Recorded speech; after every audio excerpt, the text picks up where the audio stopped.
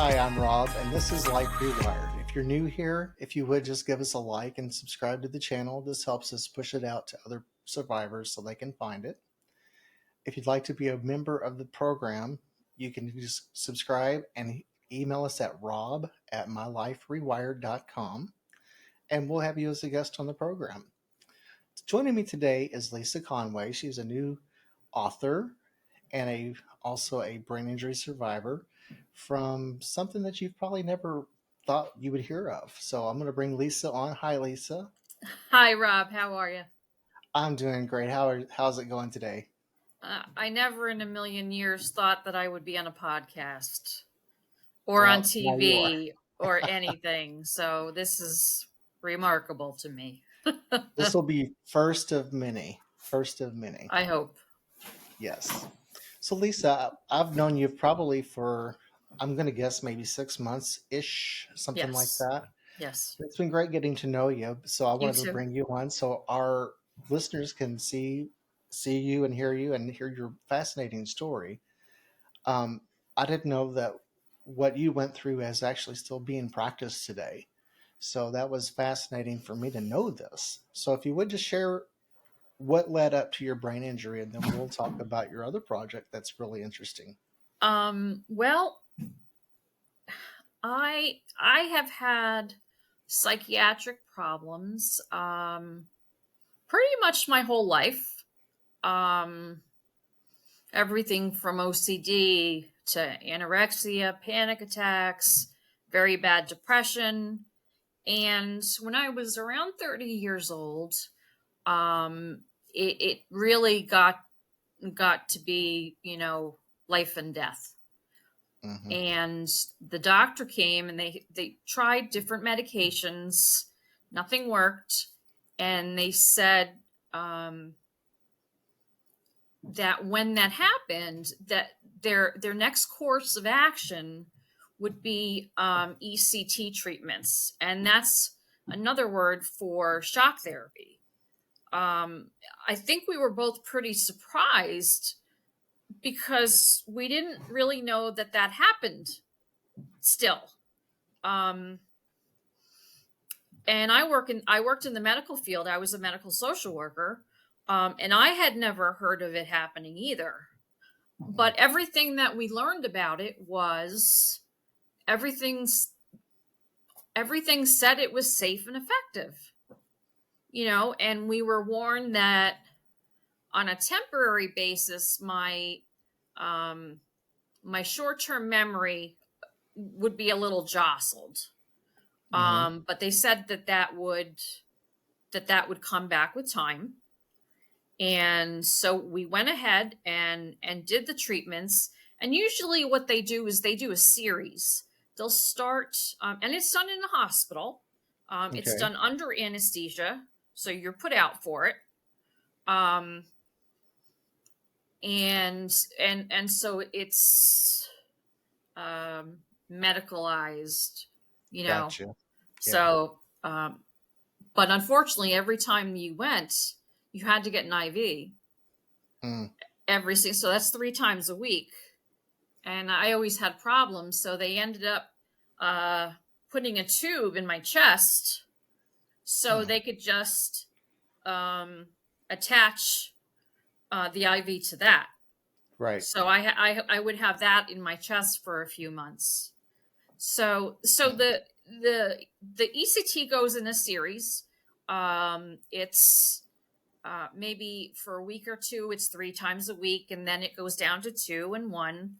And for most people, that takes care of things. And temporarily, it worked. But there were other things that kind of came along with it. So I kind of still had the depression and the anxiety, but we were finding that my memory wasn't getting any better. Wow. Um, and it was this cycle Hmm. of the depression getting worse, going into the hospital, having the treatments, coming home, being okay for a little while, trying to continue my job. Now, I was a medical social worker, and you don't go around telling people that you're getting shock treatments. Right. When you talk about stigma in mental health, this is way past that. Yeah. And see, I certainly did not want my employers and coworkers to know. It's a pretty tough thing to cover up, because I end up having problems finding words, problems Hmm. talking, problems organizing, and um, just generally not being able to use the executive function parts of my brain. Um, Right.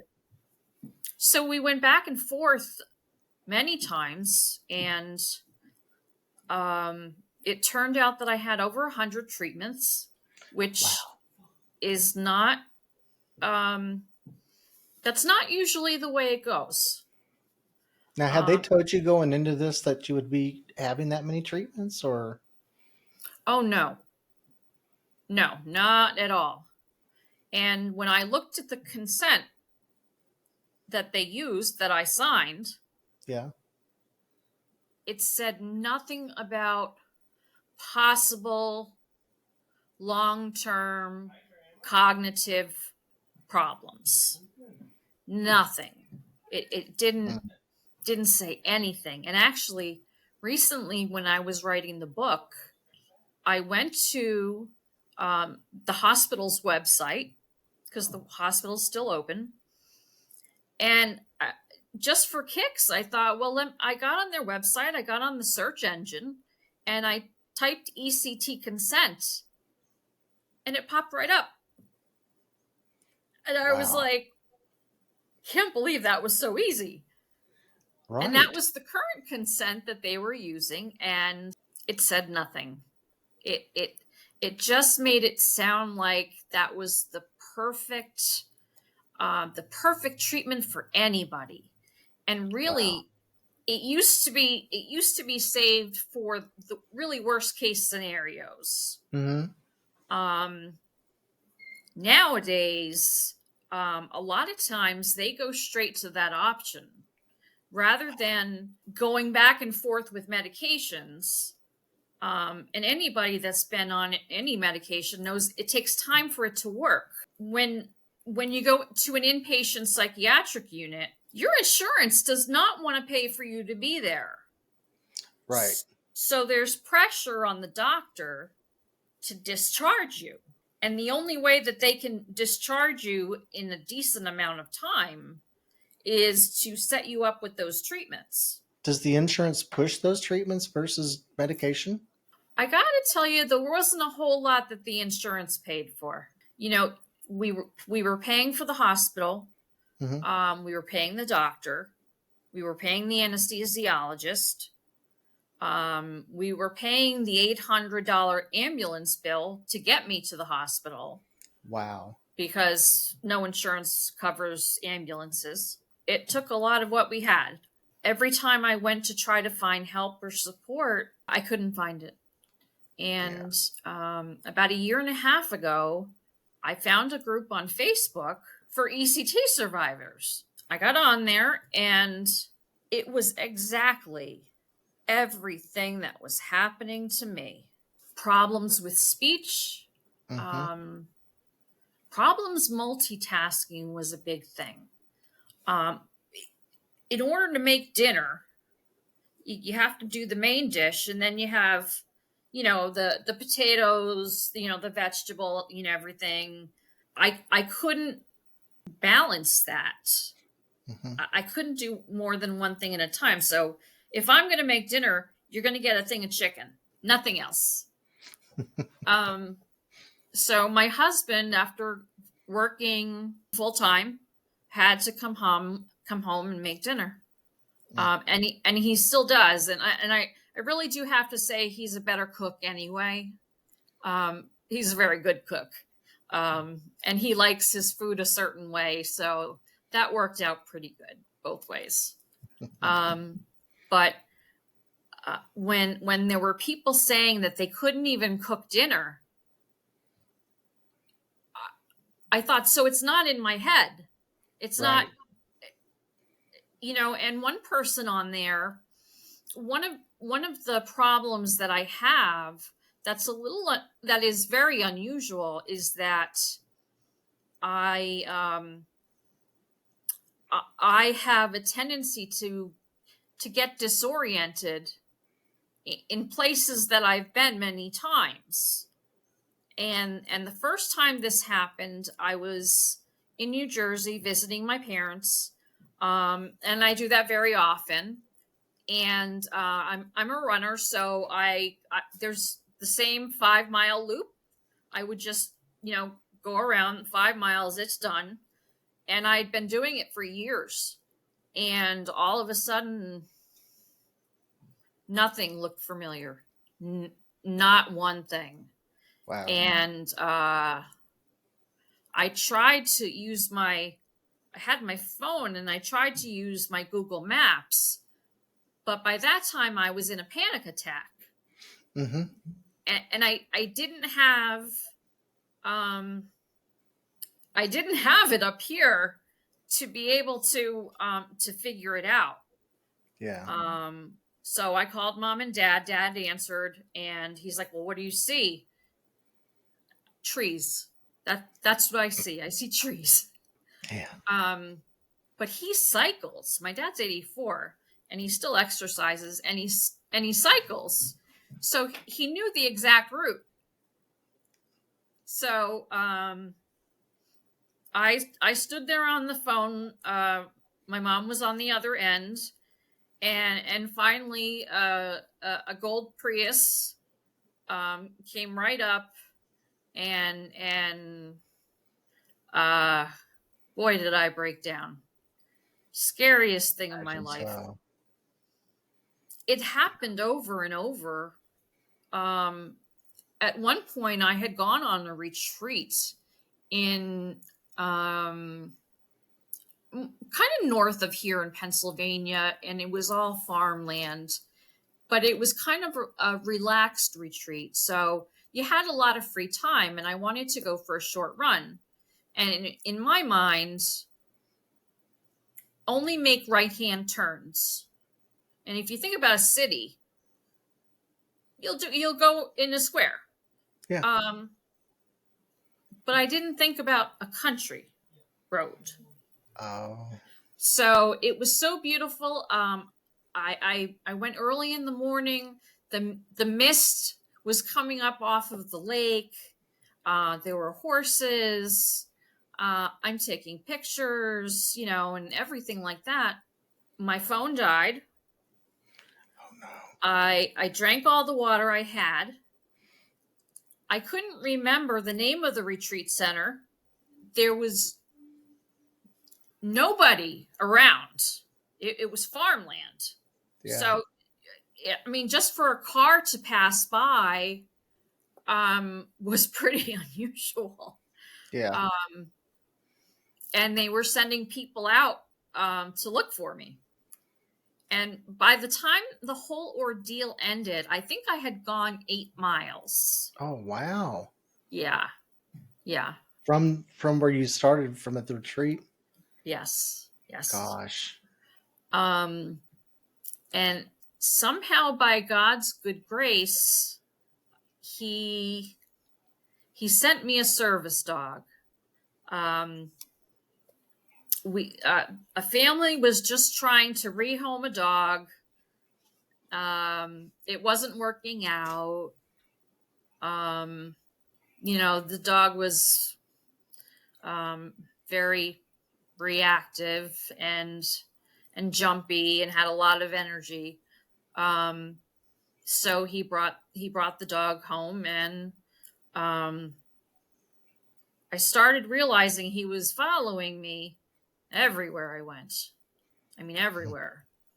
So one of the times I was in the hospital, my roommate talked about the fact that she had a service dog. And after she talked about it, when I got home, I realized he's a pretty smart dog. And I thought, maybe this is possible. So I just started walking him, I started training him to run with me. And basically, he has been able to get me home or back to my car from wherever I am. That's great. Now, we're actually running a half marathon. Him too, 13.1 miles in 2 days. We're running a half marathon. He's done about 4 half marathons, Wow. and 1 full marathon. So, but he's a border collie, so he's a herding dog. Oh, Herding okay. dogs, they run all day long. Yeah. So it's nothing for him. So he keeps up with you just fine. Yeah. My mom said, a lot of people said, you're going to make your dog run 26 miles? I said, you should be more worried about me than the dog. Right. But my running group, I was refused by the local marathon. They would not let a dog on the course. Now, at that time, he was a service dog. So I was pretty sure that was illegal, that they couldn't do that. Yeah. And I got an advocate, and the advocate called Washington, and actually ended up speaking with one of the women who had been on the committee when they wrote the Americans with Disabilities Act. So he went over everything with her, and she said it's absolutely discrimination.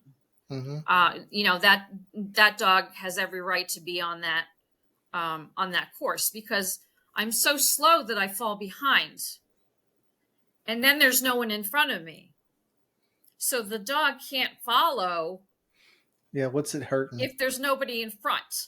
Right. It turned out that because of COVID, they had to cancel the marathon. But I had already been in training, and I said to my friends, my running friends, I said, I want to do a marathon. And they got together, and I had one woman who there were certain places on the course that it was not safe because I would be on main roads. So one woman was in charge of the distance, making sure it was 26.2. And she put a lot of work into that. She was on her bicycle, then they were in the car. And I had people, telling me what to expect with the marathon, and we did a lot of trial runs and everything like that. When the day came, everybody I knew had some part of that marathon. I started out, and you kind of start out in the mountains going down, so it's good because you're just going downhill, so you feel good. Yeah.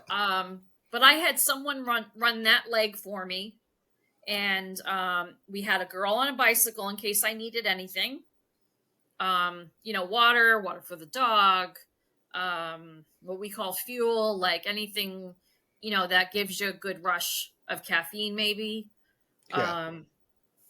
And people would pass me off because, again, I didn't know where to go. I couldn't remember because it's a lot of in and out. I think I went through 7 cities. So really, there was always someone with a bicycle there. There was one place I knew we were going to meet my husband at, and we got there, and he had a nice table with the water and everything, and the dog automatically jumped in the car. And then we realized it wasn't our car. Oh no. Someone else was doing a virtual marathon, and this was his wife. Oh, So she goodness. she had a table all ready for him, and here we come running right to the table. Teddy's in the car, and once I finally put it together, again, I've got brain issues.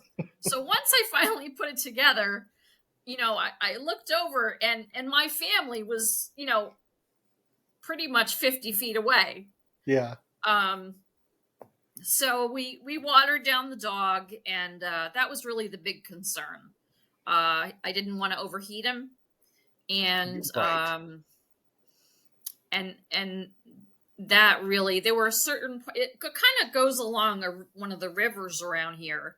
So there were Mhm. certain places I knew all I have to do is tell him to go in the water, and he'll go in the water and he'll drink. He'll come back out, and then we keep running. Um, so we did the marathon. We finished at Courthouse Square. My family and friends were there, and one of my coaches uh, set up for one of the news people to be there waiting for me. Oh, awesome. So I was on the news. That's great. Since then, he's been nagging me for 2 years. Lisa, people need to hear your story. I mean, he said it's not just it's the shock treatments, it's the brain Hmm. injury you got from the shock treatments, it's that running helped your brain to function better. Hmm. It's about a service dog that can get you back to safety from wherever you are. Right. And boy, did he nag me. He he wouldn't let go. And it's a good thing he did too, because look at what you have accomplished. That Yeah. segues perfectly into the book that you wrote. And I wanted to ask you, so did you actually write like the the book itself before you got with the publisher, or did you kind of just meet with Heather and hash out Um, what you were going to do? well, first, I can show you the book. Yeah. Will it? I don't know if it'll. Let me see. Is that good? Yep. Okay. So the name of the book is Shocked. Um, and of course, I didn't know how to write a book. Um, I looked back in a lot of my journals because when you're on a psych unit, there's a lot of free time. Um, and I always kept a journal ever, since I was like young. Um, and I always had a journal when I was in the hospital. So, kind of putting the journal entries together along with asking my family, like, what happened. Yeah. Um, because really, I didn't have a whole lot of recollection. Hmm. When I was getting the shock treatments, those years are gone. There's probably, I lost about 20 years of my memory. That's horrible. They they never indicated anything about long-term memory being affected Yeah. ever. And those were the years of my son growing up. That's horrible. Um, so I mean, I can't tell you what we did on his 10th birthday, or what he wore for Halloween whatever year. Mm. Um, so that was unfortunately, one of the problems. But I have a anyway, I have a feeling I know what your answer is going to be because I know how I am. But if you get shown pictures of, say, during that time that's gone, do you kind of recall the event, or is it just like yeah, I it see the picture, helps. but I okay, It really helps. So I mean, I'll say that much. Actually, I use my My cell phone, I'm always taking screenshots, pictures to help jog my memory. Mm. So that's what I do now. But basically, what I did is I went online to all these Facebook groups about authors, women and authors, editors, authors, agents, and here's someone with a brain injury trying to make sense out of all of this. And there was one author there who, of course, they try to sell you their like they'll teach you how to do it. Their seminar. Yeah. But I would go on YouTube and look at different clips. And there was one man that had written like 200 books. And when he talked, I thought, you know what, gee, there's a lot of wisdom in this. There's a lot of wisdom. And one of the things I took from that was he said, find a place in the house at the same time every day, sit down and write 1,000 words. I thought, I could do that. Okay. I had the whole book written probably in 6 months. Of course, then I realized I had to get it edited because I can only look at one thing. I can't multitask. Mm-hmm. So I'm looking at a book. I can't see over here, which is, you have to get it published. Yeah. So I went into those Facebook groups, and I thought it'd be really interesting if the editor had some knowledge of psychology.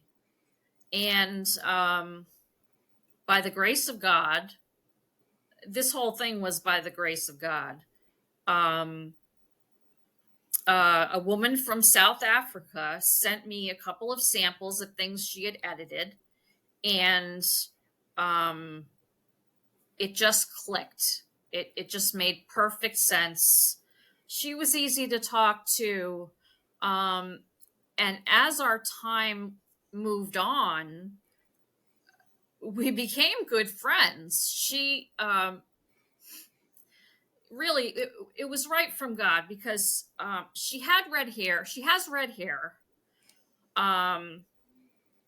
She has boys. I have a boy. She's a runner. I'm a runner. Her husband is a hunter. My husband is a hunter. And it just goes down a list. Wow. So, and I wasn't looking very long for an editor. She just showed up. So by the time I got to Heather, I was completely edited. Wow. And the funny thing about the editor, I had to tell her, I said, I have, obviously I told her about the brain injury. I said, Yeah. I have a tendency to repeat myself. So when you're looking in the book, you might find the same story a couple times. She had a lot of rearranging to do because that's exactly what I did.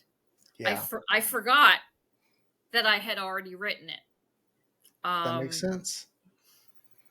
And to tell you the truth, to some point, I really forgot some of the things I put in the book. Because it's done. Mm-hmm. So if the book is done, it's done. Right. And it's not like you sit there and read your book over and over again every day. No. I mean, I know of some stories that I told, mm-hmm. But when it came time in one of the last chapters was this marathon that I did. Yeah. And I had to sit down with one of my coaches and ask him to remind me what happened. I remembered the beginning and I remembered the end.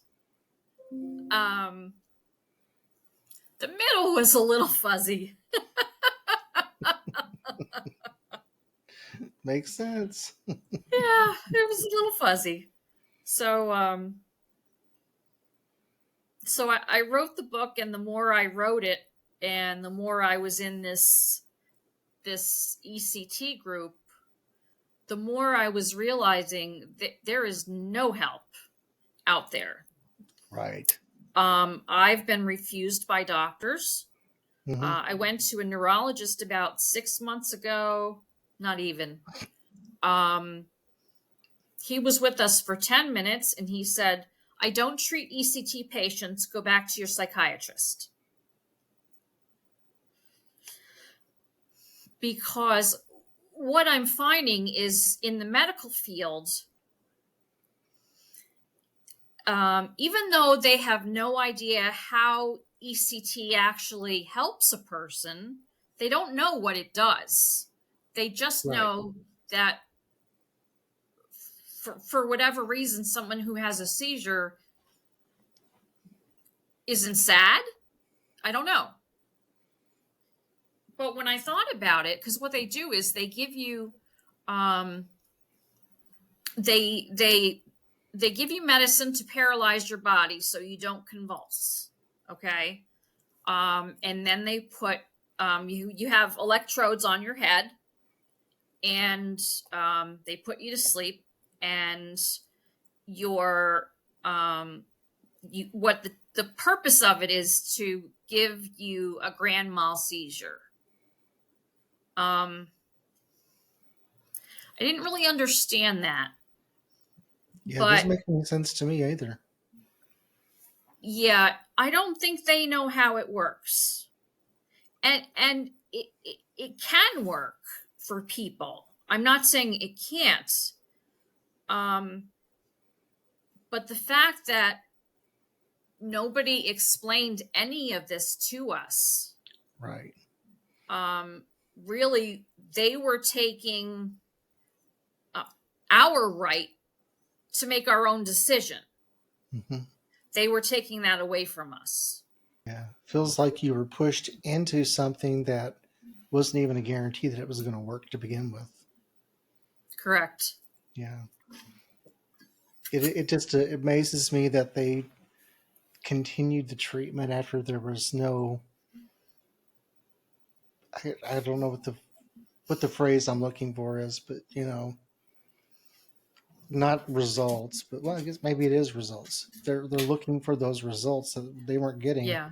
so let's keep pushing forward. And I would go into the doctor's office. I was so bad, I went monthly to see the mm, psychiatrist. And every time I went in there, I said, "I'm still having problems with my memory. I don't remember anything. I can't do this. I can't do that. I can't go for a walk because now I'm getting lost." yeah, Um,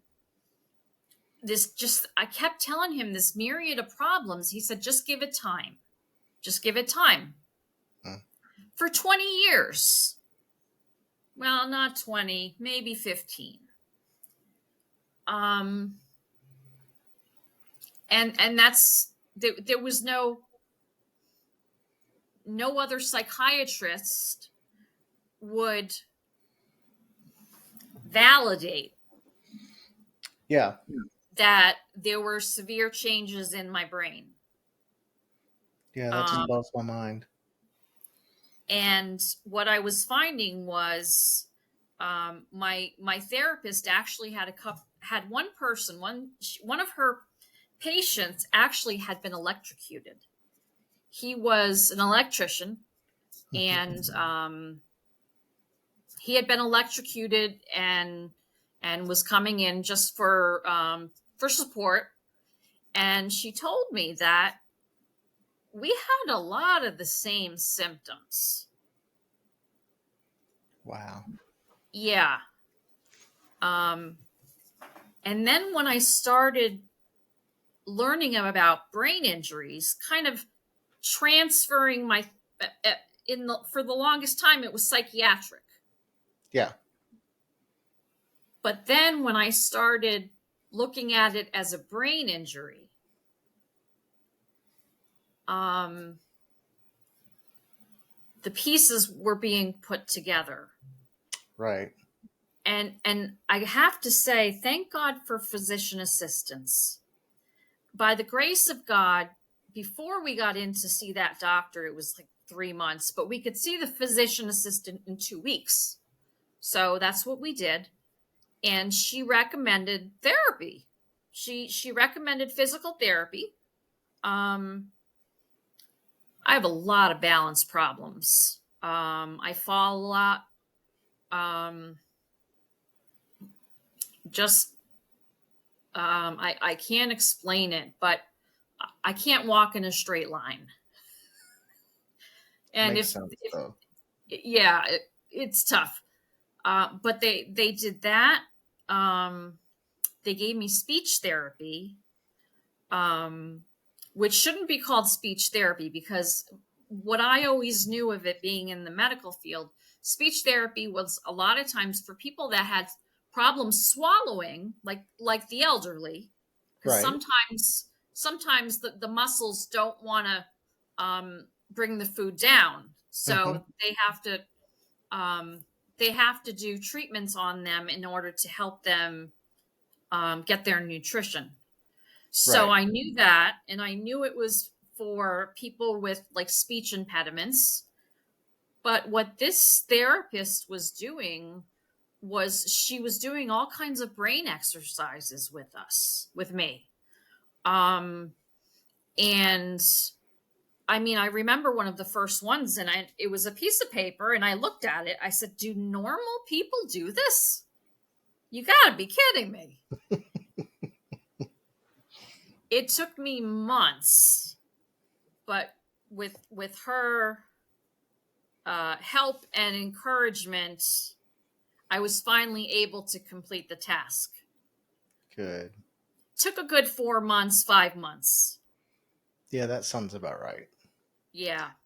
But So now that you've got the book in the can, you've come this far, what is your next objective? Are you trying to get the knowledge out there so people can make an informed decision before they go into to doing this, or are you that, trying to be a spokesperson to say, hey, this stuff needs to stop? I know I'm biting off more than I can chew. And even something like this afterwards, I'll probably lay down for 3 hours, Yeah. because I learned about the mental fatigue, Mhm. when I do something even after therapy, which is only half an hour. um, I have to sit down and relax before I drive home, um, and kind of get myself together, because I was using my brain so much. um, so I really want to get the information out there for people who have had ECT, because I want them to know, I want them to be validated. Yeah. The first time I was ever validated, that someone agreed that yeah, my brain was messed up, Hmm. was at the mini summit that we had a couple of weeks ago. Oh yeah. The neuroscientist Hmm. agreed. You know, that was certainly a brain injury, and it was criminal that they even did that to me. Hmm. Um, and there's been no other doctor that will, I don't want to say admit, but will be realistic. But yes, I'm trying. I actually had a couple of appointments today. I'm trying to get the book out there, um, just so people can read it and connect. And Yeah. it's been out for 3 weeks. I've had about 10 different people find me on Facebook, under Messenger. Um, and it says someone, it doesn't say the person's name. Yeah. But the beginning of it says, I just read your book. So I've probably had at least 10 people contact me to say, it was exactly what happened to them. Mm-hmm. And this is from different countries.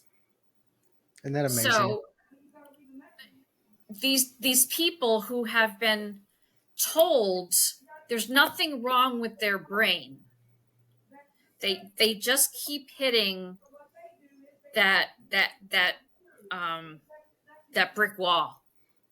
Well, we don't want to let time go by without letting people know where to find your book. So if you would just let them know before we go, where can we get your book? The book can be found on see, my brain is dead. It It's stopped. okay. 2 hour One place limit. I know is innerpeacepress.com. Innerpeacepress.com. It can also be found on Amazon. And I'm really asking people, if they get it from Amazon, please leave a review. Mm-hmm. There's like maybe 10 or 11 reviews on it right now, and they're stellar. They're really wonderful. But guys, if you've enjoyed this today, leave a comment below, and if this has touched you in any way, if you have any questions, please put those in the comments, and then Lisa can come back, or I can ask on Lisa's behalf, and we can answer any questions that you have. I'm sure Absolutely. Lisa would be absolutely willing to answer anything Absolutely. that you want to know about. And I've even called people. They've left their phone number when they write on Messenger. I've called them back. Yeah. So Um, if you want to call back, put that as well. yeah, You might I not want to put will. that on YouTube. You might Yeah, want no, to contact yeah, us so we can do no. that. It's when they contact me on Yeah. Messenger or whatever, if I think it's appropriate. And if they want to contact you, they can look, because on Facebook you're under Lisa Conway, and you're also under author Lisa C, right? AuthorLisaC.com is really my home for the book. Okay. So anything that's involving ECT or psychiatric stuff or the books or anything like that, it's under AuthorLisaC.com. Awesome. Okay, great. So guys, hit that thumbs up button. That I have found out recently that is the new algorithm that's pushing the videos out to others to see this. So if you wouldn't mind subscribing and just throw a thumbs up. We'll see you guys next week. Bye.